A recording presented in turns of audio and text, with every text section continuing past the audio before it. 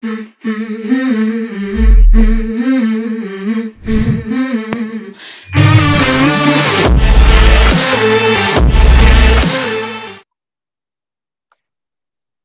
hello everyone. Hi guys. Hi Anna. Hello. Hi Amanda. Hello, hello. And hello to everyone listening to us. Welcome to a new episode of the Empower Journey, the community to support your self-growth and live by your own rules. So this month, we're really excited about the theme this month is how to choose joy and tips to allow happiness. And for this wonderful topic, we have the joy to have Amanda Joy with us. Amanda Joy, talking about joy. How perfect is this? Thank you for having me on. Hopefully you will listen to this and feel more joy, as well as experience more joy in your life as a result of tuning in. That would be absolutely perfect. And Amanda Joy is also known as the Joyful Mind Mentor. So you're in good hands here, guys. And she's also the director of the Northern College of Clinical Hypnotherapy. So that means that she trains hypnotherapists who want to become therapists. So she trains them in hypnotherapy. You're yourself an experienced clinical hypnotherapist and a wonderful podcaster. So it's absolutely a joy. Thank you so much for being with us. Could we start by asking you about your empowerment journey? So tell us more about yourself. Well, it's I've got a very big and long, dramatic and exciting story, really. My background is in nursing, and I looked after lots of people with spinal injuries for many years, and got really interested in energy medicine and the power of the mind whilst I was nursing, and got really into holistic therapies, integrative medicine, traditional Chinese medicine, NLP, hypnotherapy. I trained in counseling and psychology, but all the way through that journey, when I was, initially, looking to support my patients that I was working with on the community who were quadriplegic and ventilated. And even though they were paralyzed from the neck down, they still experienced incredible, horrific pain. Even though that was really what I was looking for. Over the years, really, I was actually searching for solutions for my own life and my own happiness and my own mental well-being. I think working within the NHS from quite a young age and doing care work and looking after people who were sort of terminally ill or very poorly had a huge impact on me, in addition to some quite traumatic negative experiences that I'd lived through in my life had caused me to just not be very happy within myself. And that happiness kind of completely disappeared. Happiness disappeared from my life completely. And I spiraled down into a very dark and out of control place, and discovered that drugs and alcohol were a solution for me. They were a solution for me for a long time. If I had a couple of drinks, it meant that I felt confident enough to go out and speak with people. It meant that I could get on the dance floor and have a good dance around and feel the joy and fun of life. But the hangovers were getting worse and worse. And there's only so many days in a week you can function when you're partying hard. I was studying psychology and counselling and working in kind of mental well-being all the time that this was going on.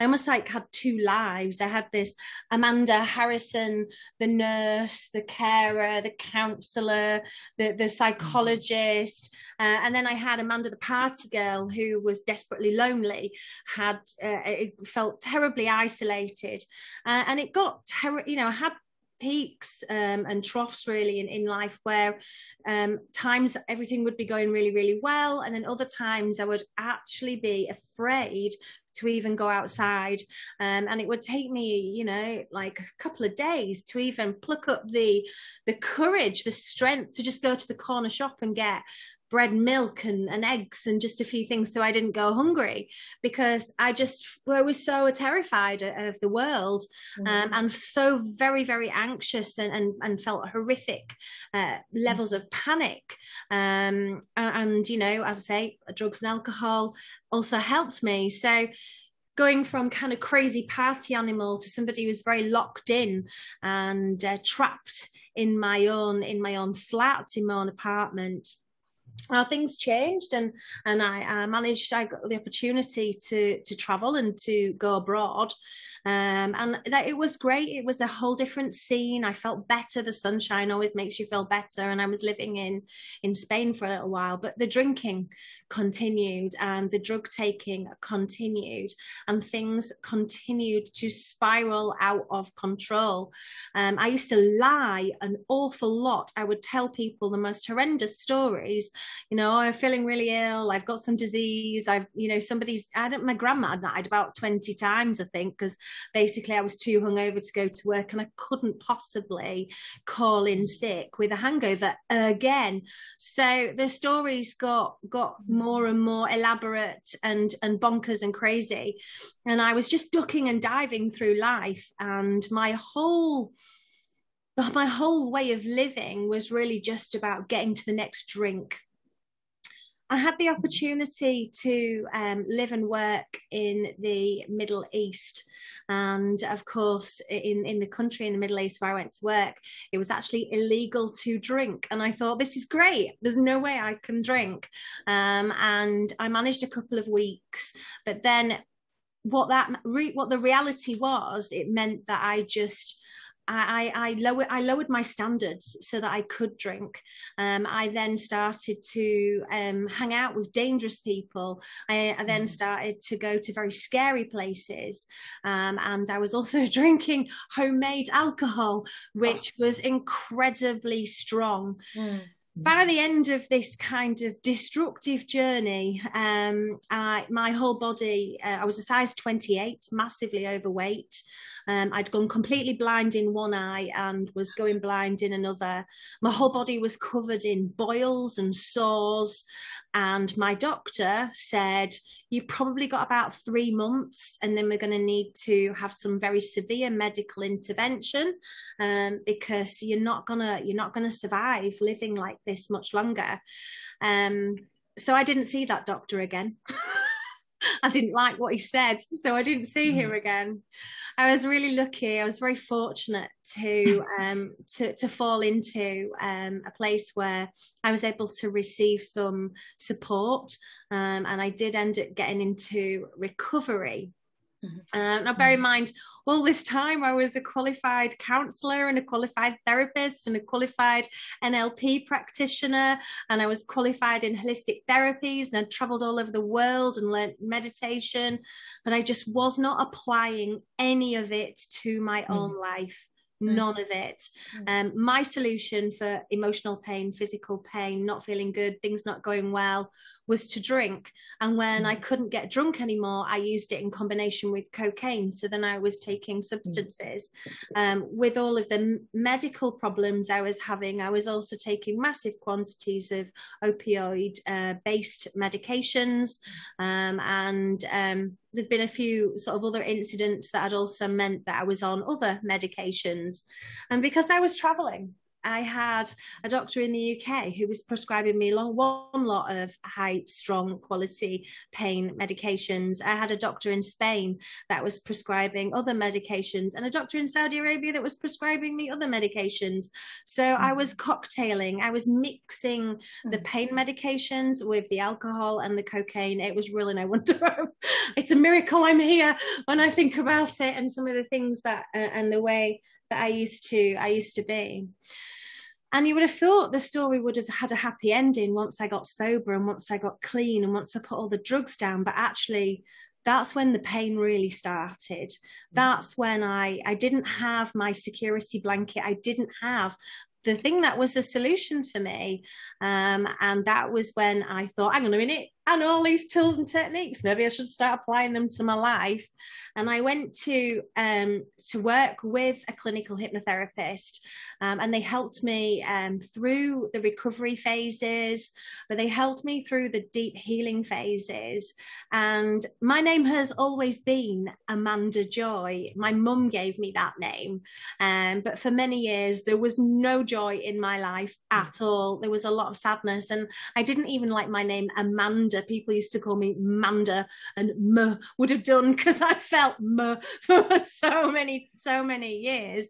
And when I worked with a particular therapist who worked with me using a particular hypnotherapeutic technique called parts therapy, something which we do teach on our training course. And she was able to connect with the part of me that was called joy, the part of me that knew how to find joy, the part of me that knew the solutions for myself. And I was able just to listen to that part of me. And it was like, where have you been? You've not been listening to me for ages. And it was really simple, you know. That part of me said, let your light shine brightly, be a bright light. Be joyful, just be joyful. You are joy, be joyful. And then gave me some like how to be joyful. And it was involved listening to music, because music is so healing and it's always played a huge kind of important role in my life. But dancing. So on the days when I didn't feel good, I got up and I danced around my house, bit of 90s rave music going on. And I danced and I laughed and I just allowed myself to feel joy again. And it was really the very beginning of a very profoundly, deeply healing process. And we're all still works in progress. I'm still working on myself even today. But that's really how I found my joy. And of course, my passion now is to share the power of clinical hypnotherapy with others, because it is just so profoundly healing, and I just want everyone to know about it. Oh, wow. Inspiring. I mean, I had no idea, and of course we've met before, and we've been collaborating and working on projects, and it's just day and night, isn't it? To imagine. Not the sort of thing you drop into conversation. Did you know that's how I used to live? But people who know me now, just can't imagine me ever being like that, which is a real blessing to hear those kinds of things, because I am evidence that what I do works, and I'm hopefully a seed of hope for people who are stuck in a really dark place, who are stuck in sadness, who are trapped in depression, or who are stuck in those kind of negative, addictive behaviours, be it sugar addiction, alcohol addiction, cocaine addiction, or other substances or behaviours that we are carrying out that, you know, maybe started off being fun, and an adventure, but then soon became destructive to their health, their wealth, their relationships, their life. You know, when it starts hurting you and the people around you, it needs to stop. And sometimes it's difficult to break those habits and those behaviors and those feelings that drive you to engage with damaging thoughts, feelings, and behaviors. Yeah, absolutely. Thank you so much for sharing that. Your journey was hard, but this is so hopeful to listen to you and see how you are recovered and how you can bring joy to people and to yourself. I wanted to ask you a question about how come that so often our mind state is in the opposite state of joy. Yeah, why are we stuck in misery? Well, I think one of the biggest ones, and I'll share my own thing that used to keep me really trapped in misery, was resentment. Now, the word resentment is like resentment. It's like a representing of an event that's happened in your life. And you know, if I was at work in the canteen in the hospital and somebody came up to me and said something nice, I probably would be like, lovely to see you, and that would be it, past, it would be gone. But if somebody came up to me and said something awful or that, you know, something even mildly upsetting, the way my brain works is that for the rest of the day, I would be representing that little bit. And the way that my mind works, because it's very clever, I would zoom in. If I was watching a movie in my head, I would zoom into that movie and make that moment where the nastiest bit of what was said, I would make that bigger. If it was words I could hear, I would make it louder. And the emotions and sensations, I would definitely feel them deeper, and I would replay and replay and replay this negative moment, this negative experience, this negative event that happened. I would replay it in my mind on a loop until I was so upset, until I was so angry, until I was so hurt, until I kind of wanted to do something nasty to this person for being mean to me, or I wanted to remove myself from that place or that situation. And actually, I was kind of missing out on all the wonderful things that were happening throughout the day and just really focusing in on the negative. So I think sometimes when we get up in the morning, you know, I put my glasses on, that's if I can find them. I'm usually like, where's my glasses? I put my glasses on and I can see now. And sometimes we put glasses on that are like, I'm going to have a bad day today glasses. And I think when you've got your it's a bad day glasses on, wherever you look, you don't see the happy smiley lady in the street. You see the annoying kids being rude or being annoying. You don't see like the smiley faces on the bus. You see the miserable bus driver. You don't see like the 10 cars that go past with happy faces in. You see the one car who's, you know, driving too fast or being rude. And it's almost like your glasses, your perception filters are zooming in and focusing in on all of the negative things that are around you. I think if you can get up in the morning and put your joyful specs on, today's going to be a good day. Woohoo! You're going to notice the happy smiles. You're going to notice, you know, the little cute and beautiful things that we kind of don't often pay attention to.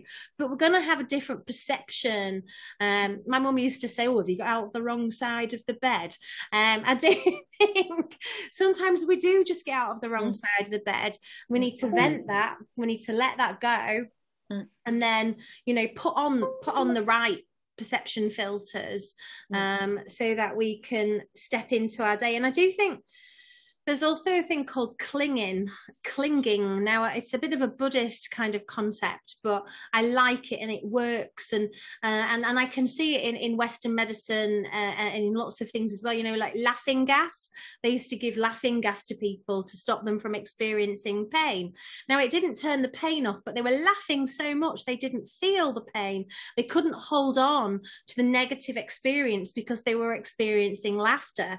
Well, I think with clinging, we cling on to things. So it's either a desire for something, like, I want this car, I want those shoes, I want more time for myself, I want my boyfriend / husband, whoever you live with, to have done the washing up before he goes to bed at the end of the day. You know, we want something, we desire for things to happen. Usually these things are out of our control, but we want them to happen. So we either want more of something, or we want less of something. That boss at work that's mean to us, I want to push them away. You know, that person who said nasty things, I don't want them in my life anymore. That thing that I don't like, that irritates me, I want less of it. So we have this kind of like desiring or hating, wanting, needing and pushing things. And it's like a push and pull situation that we're in. We're clinging on to something or we're pushing it away. And I think sometimes we just have to be present where we are and accept how things are, be compassionate with ourselves, and, you know, accept that we're not always going to get what we want. And actually maybe ask ourselves why it is that we are clinging on to something, a desire. What is that? What's the real thing that you need? You know, if my partner doesn't do the washing up, what's that really about? Is it really about the washing up? Or is it that I don't feel loved enough or respected enough because he's not committing that? Committed to me by doing that. You know, if I want to be around people a lot, but I feel depressed and I'm all withdrawn, you know, what is it that I really need? Is it people or is it isolation?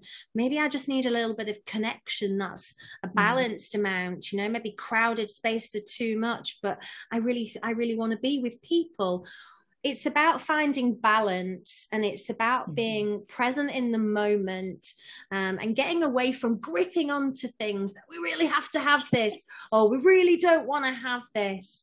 So becoming aware that how our mind works and how resentments can play out, becoming aware of kind of clinging or pushing away desires and kind of like wanting things to go away. I think that helps, and just being aware that sometimes bad things happen to us in our lives and we're actually just meant to feel sad.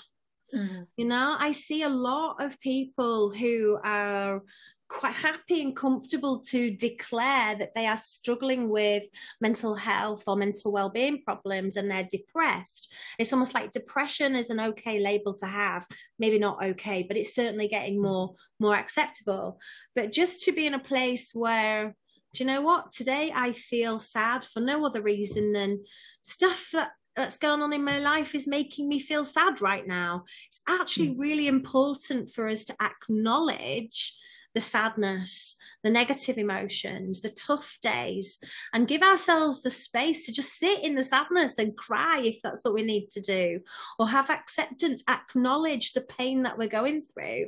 Because if we don't acknowledge it and we push it away, it's just back to that whole, I don't want to feel like this, I'm pushing that away. I want to feel like this, I'm pulling towards. It's more of that clinging on, and it can be really damaging. And if you have been through traumatic experiences, and I think everyone's been through a tough time just lately, do something about it, take action on it.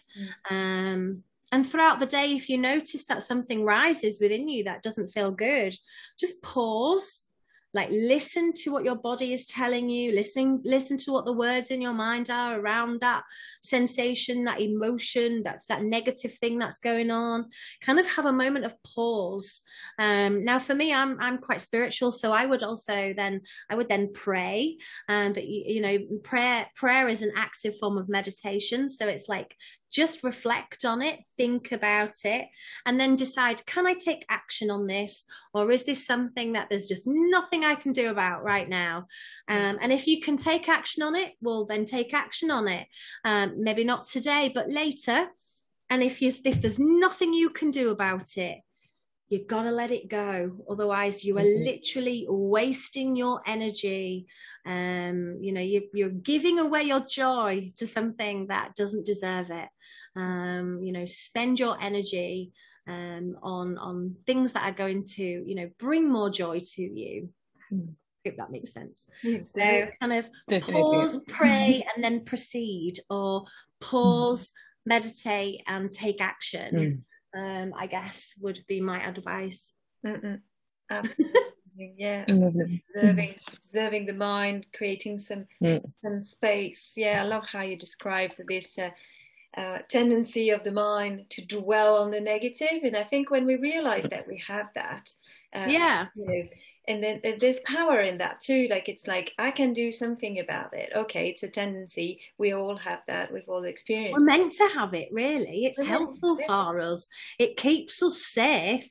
It keeps us alive. It keeps us away from bad things, you know. But sometimes those bad things, they're not big scary monsters coming after us to eat us for their dinner and have all our friends and family for pudding. You know, sometimes it is just it's a big electricity bill, it's a big gas bill, it's a big petrol bill. I think I've done all the bills. It's an argument at work, it's a falling out with a really good friend, it's a worry about something in life, you know, something. Sometimes it can just be those things that are not life threatening, but we can respond or react as if they are, because that's how our brain is geared up to keep us safe. Exactly. Yeah, it's really the survival brain there, isn't it? And the fact that you recognize that, I think it's really helpful, because the next time maybe it comes to you, like you're coming home to your partner and you're like, how did your day go? And the first thing that comes to you is this conversation that wasn't very pleasant. Then you can have a choice as well, like, okay, recognize that, maybe I can choose to focus on and tell about this great thing that has happened as well. And you know, you become more conscious rather than this autopilot mode that's happening despite of you. And another like autopilot mode that we all have faced, you know, some way or another, are more like negative behaviours. So we mentioned addiction. Yeah. For me, it was more around food. I faced like bulimia when I was a teenager and had a lot of things to deal with comfort eating. So that's definitely something I recognize. So, and for other people, it can be one thing or another. So what happens, and how do those behaviors, get created, and how do we transcend them with hypnotherapy, for example? Well, I mean, every experience that we have, every moment we live through in our life is stored in our mind, in our brain, in our subconscious. Every kind of detail, we only consciously process a small amount of information. Everything else is subconscious. So, after you've had your spaghetti bolognese at lunchtime, you don't have to tell your digestive system to do it. It'll just do it for you. If you've had a bad incident on an aeroplane, and you are thinking, I want to go on holiday, but I'm scared now of going on an aeroplane. There's a reason why you're scared of going on an aeroplane. There's a reason why you're behaving or responding in a way, and it's because every experience that you've had has been a teaching. It's been a learning, and your subconscious mind has gone, I'm gonna remember that, and I'm gonna behave differently next time. I'm going to remember that and make sure that doesn't happen next time. I'm going to remember that, and you're not going to want to do that ever again.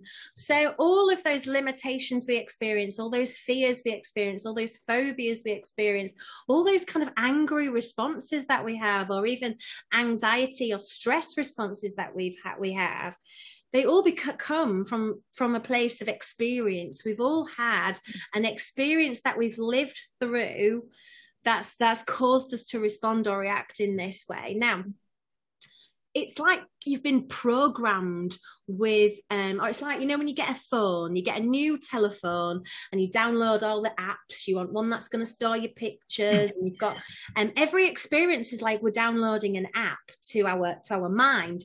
And it might be that you've downloaded an app, like maybe an eating app, and the app that you've downloaded is an overeating app. Or you might have downloaded an app for smoking. It might be a smoking eating app, or it might be that you've downloaded a panic response app.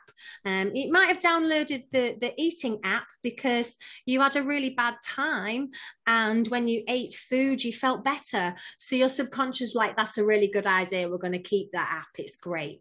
And then, or you might have downloaded a smoking app because you were 11 years old and you were just going to big school and you wanted to be cool, and your best friend was trying a cigarette and you wanted to feel cool in the cool gang, so you had a cigarette too, and now you're addicted to smoking. It might be that you were lacking in confidence and you had a line of coke, and all of a sudden the cocaine gave you this feeling of power, confidence and connection, and you could talk to loads of people and feel brave and like have a really good time. That's an app you've downloaded. Your subconscious might just want to keep that one running because it feels good. So, in the panic one, you might have downloaded that because that panic meant you couldn't go there. You didn't have to go there. It stopped you. It kept you safe. So we have all these apps running. They're like faulty programs. And it might be that sometimes we delete an app because we change our behavior. But then when life things come up, it's almost like your phone goes back to the factory settings, and I stopped smoking for 10 years, and then my dog died and it was awful and traumatic, so I started smoking again. Or I've been at Slimming World and I've lost loads of weight and I feel really good, but then I lost my job and ended up having to work from home doing like a call center job, and wasn't really very happy and a bit bored throughout the day, so I started comfort eating again, and now I've got the weight all back on. You've gone back to your factory settings. So every experience that we have causes us to respond in a certain way because we have these programs. Some are great, some are really helpful, some were really helpful but are not helpful anymore, and some are just not helpful at all, really. And all of those programs are running to keep us alive, to keep us well, to keep us safe, to keep us, you know, feeling good, for whatever reason. They're all there running in our subconscious. So this is why we get a craving for a cigarette when we really don't want to smoke. It's why we crave chocolate when we really want to like be choosing some healthier options. It's why some people can have a line of cocaine while they're at university and never touch it ever again, and some people have a line of cocaine and think, oh, I'm going to do that every weekend, and maybe start doing it in the week too, and maybe even in the bathroom at work if it gets really bad, you know. It's because initially when that app was installed, it had a positive an impact on us. It either kept us safe, it helped us to feel good in some way or form, but it's no longer helping us. It's not serving us in our life. It could even be quite destructive. Now, how hypnosis works and how clinical hypnotherapy works is it communicates with the subconscious part of the mind, the part of the mind that's running these faulty programs. And we go, hey, that program, it's really not helping you. Did you know? Let's give you a new program to run instead. So we can switch up the unhealthy eating program for a desire to eat healthy, to move, to be motivated to shop in advance, to be motivated to choose healthy foods, to actually kind of really fancy healthy foods as well.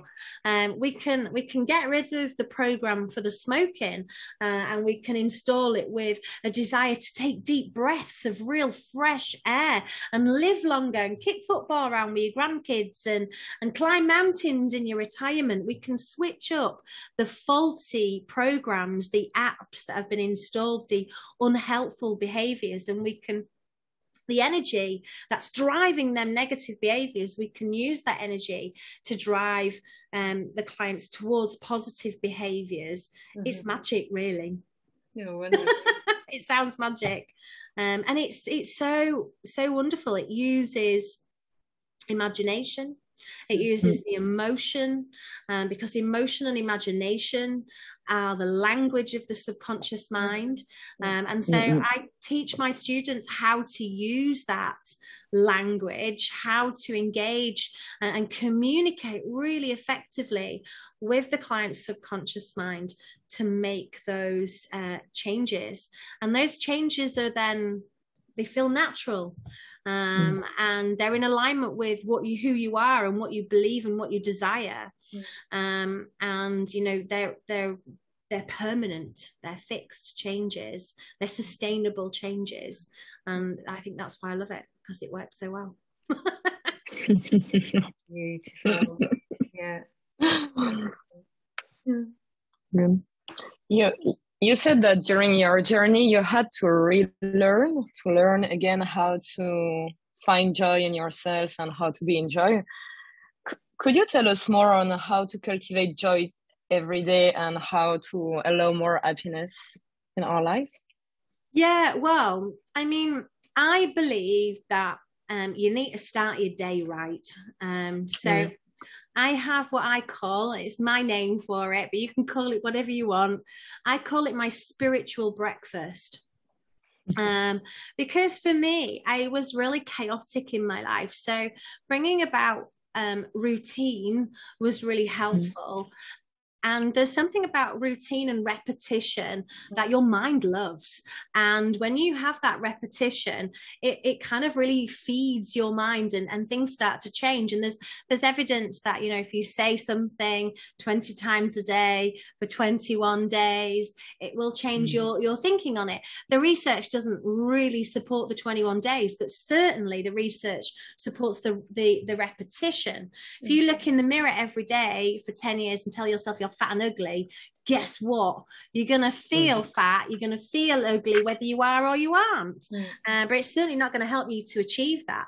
But if you look in the mirror every day and you say you are beautiful work in progress, and you are enough, and you are going to go out today and you're going to give everything that you have with joy, and things and that love, and that is going to flow right back to you.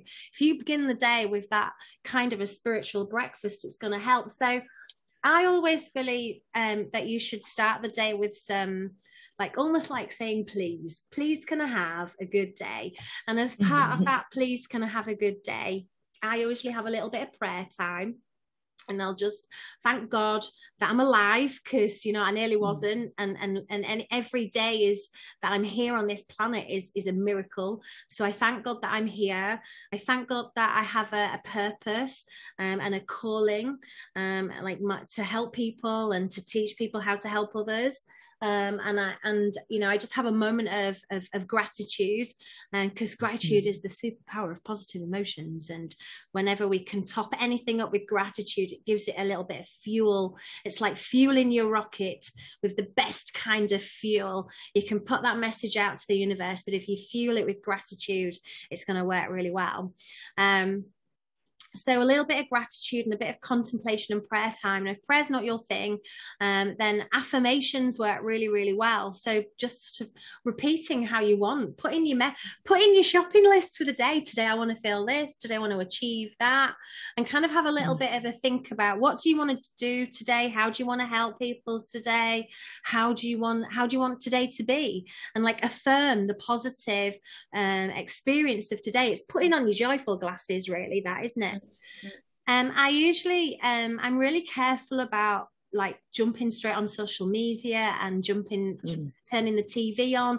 The news is really not very positive at the moment, and whenever I put the TV on, it's just trash and drivel and so I want to feed my mind with something positive. So I might watch something on YouTube if I'm going to feel like I want to watch something today, but something inspiring. Or I might want to read a book that's positive or that's going to teach me something. I'm also a big fan of reading the Bible. So I might read my Bible in the morning. I find that the parables are my favorite to read. And every time I read them, I feel like I get something different from them. But reading something positive, listening to something positive, watching something positive, and then, of course, put a bit of tunes on, put some music on, and energize the day with a bit of something, woohoo, something positive. I'm blessed. I've been able to join some dancing groups first thing in the morning. I've been able to spend a little time journaling. So prayer, meditation, journaling, watching something positive, reading something positive. You know, we get up in the morning, don't we? And we have a healthy breakfast, and we have all our supplements, those, you know, superfoods, and you have your blueberries and you have your milkshake or your whatever you green thing that is that you're drinking to fuel and nourish your body. And I think people forget we need to fuel and nourish our mind as well. And I think if you can just begin every day with something positive, start with 3 minutes sitting on the floor or sitting on a comfy chair somewhere, and just close your eyes and just listen to the sound of your breath. 3 minutes, or 3 minutes just listening to a beautiful piece of music, something that makes you feel good, or 3 minutes of having a dance around. 3 minutes is all it takes, just to give your mind that joyful, spiritual, I call it my spiritual breakfast. Feed your mind with something beautiful at the beginning of every day. And then at the end of every day, I always have like a moment of taking stock. If you run a shop, you will have a stock take, and you will be like, what has sold really well today? What hasn't sold very well today? What do I need to buy more of? What do I need to invest less in? So you always, if you run a shop, you need to take stock of what's going well and what's not gone well. And I always have a little, like a stock take of my day as well at the end of every day. It gives me the opportunity to be grateful for what's happened and think about all the wonderful moments that have happened. You know, there's little sparkly moments like things like this, and there's little sparkly moments where people have said something to you and it's just been such a blessing, or you smiled at someone and they smiled back. It was so like a contagious smile moment. It gives you the opportunity just to kind of go through the day and reflect on the good things. And you know, sometimes I'm actually I've got this right here in front of me, which is Dream It, Believe It, Achieve It. It's one of my notebooks, and it is actually my gratitude notebook. So I used to write lists of things that I was grateful for.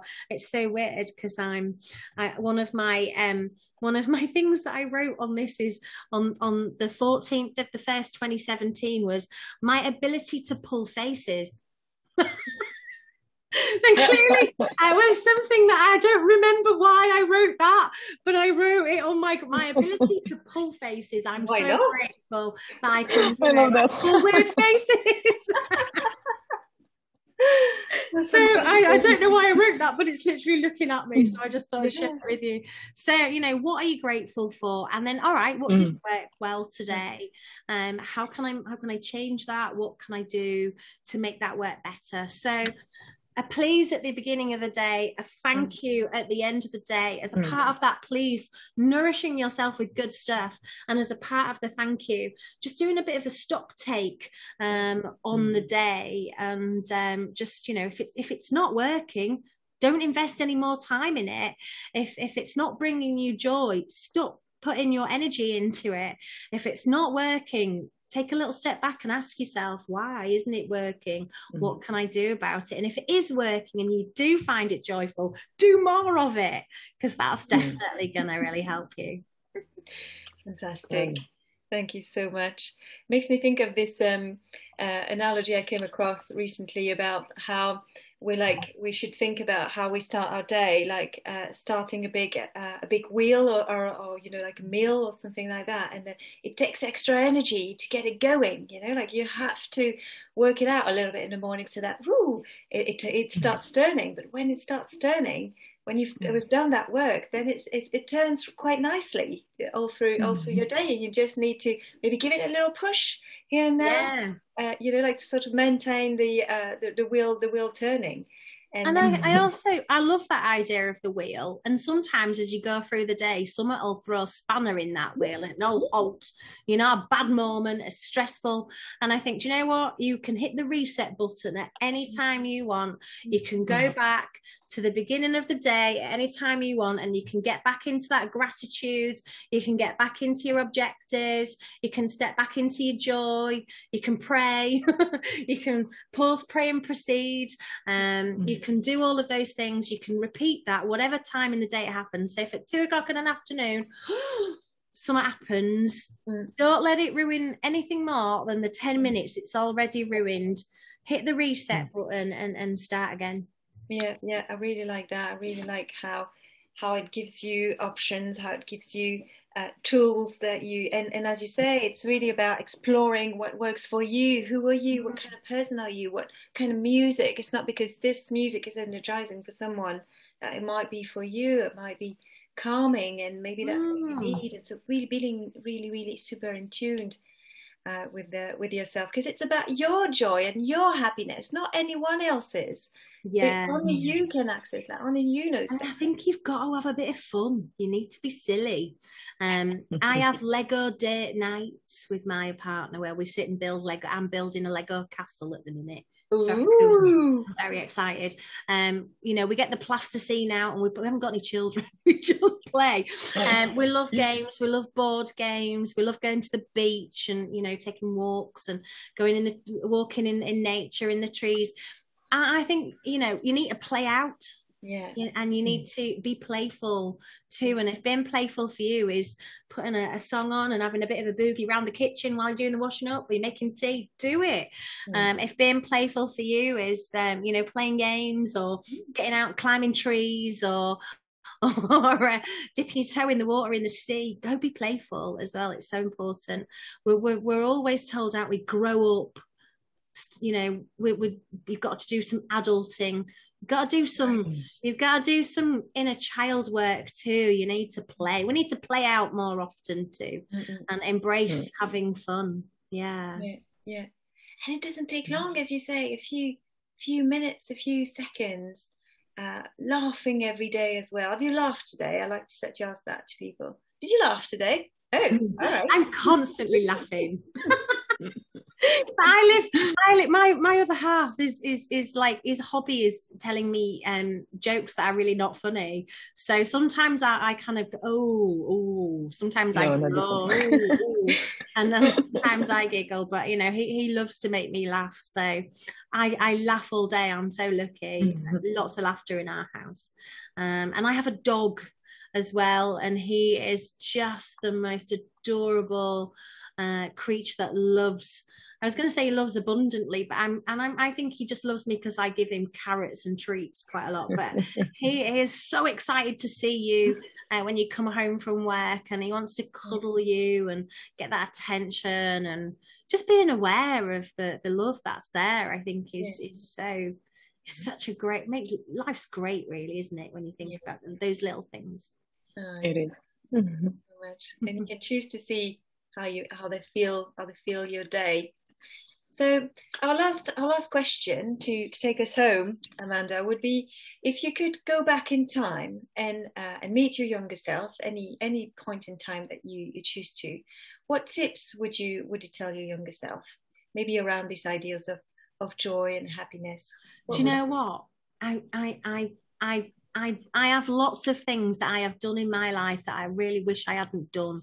I have hurt a lot of people, and I have damaged a lot of people and places. I have not been always a positive and joyful person, but I really wouldn't be who I am today, doing what I do now with so much passion, if I hadn't lived that, breathed it, done it, made all of them mistakes, fallen over all of them times, you know, ruined so many things. You know, I wouldn't be so passionate about doing what I'm doing had I have not done all of that. But the one thing that I've learned really recently is just to be absolutely authentically me. And I know people talk about being authentic all the time, and like, what does that actually mean? Well, for me, it's about really tuning into me, myself. Who am I?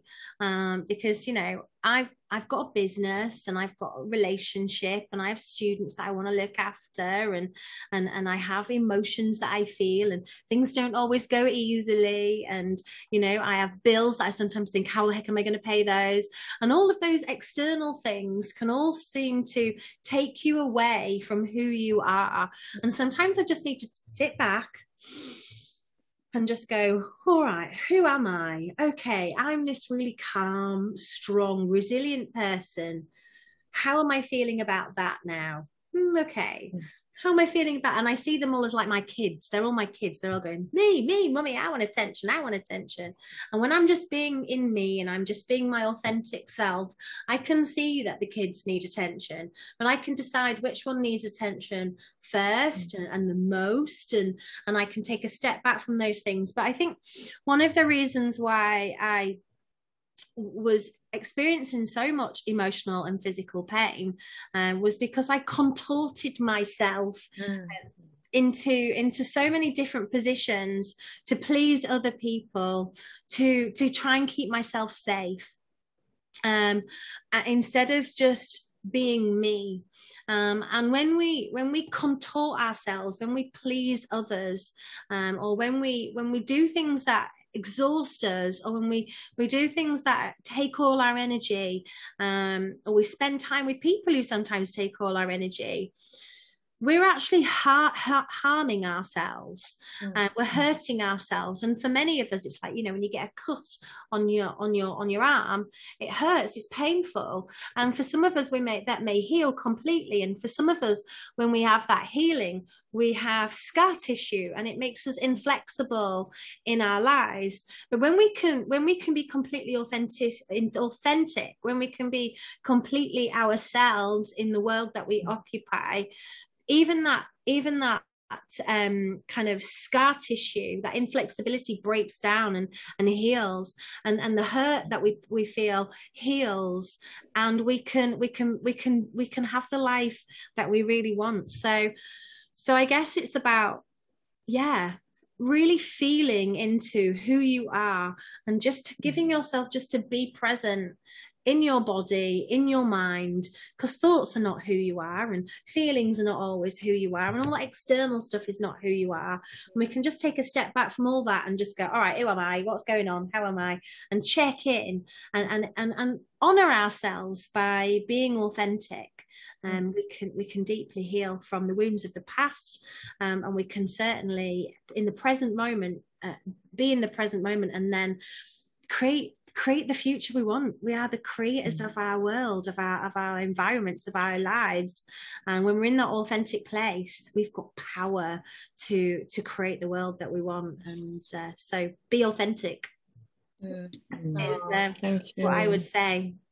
Amazing. Really great. Yeah, I love that, how it brings this energy to now, as you say, even if it's going to create more things in the future, it really has to start. The first seed has to be planted here and now, doesn't it? It's the only moment that really exists. Really. That's right. Yeah. Oh, such a beautiful way to finish. Yeah, thank you so much, Amanda, for being a role model of joy.